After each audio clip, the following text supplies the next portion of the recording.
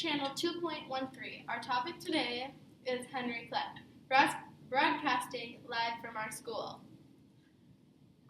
Henry Clay held off the Civil War until it can no longer be avoided, War of 1812. Caused by impressment, Britain did not respect U.S.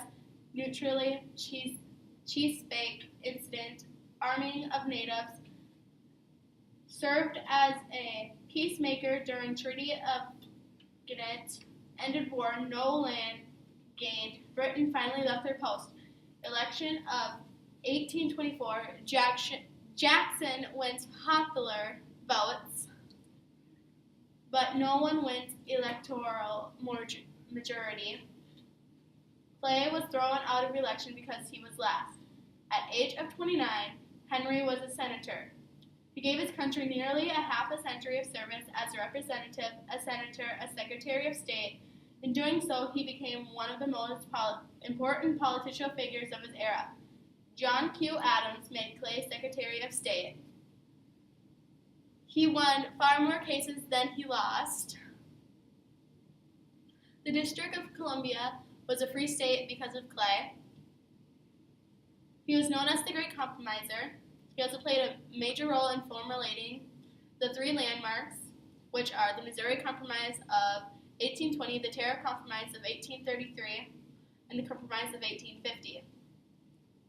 He strongly and successfully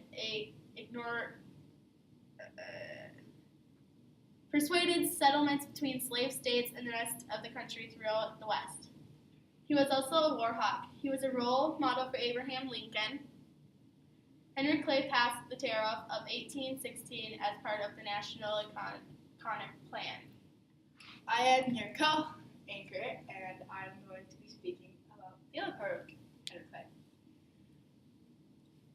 The tariff compromise would lower 10% a year for the next 8 years. The cost of imports jumped as there was a sharp decline in trade of 1843. Henry Clay supported the first Bank of the United States.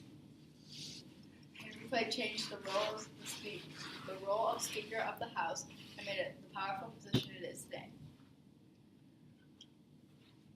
Henry Clay influenced a great amount of future political leaders with his ideas and his great ideology and style.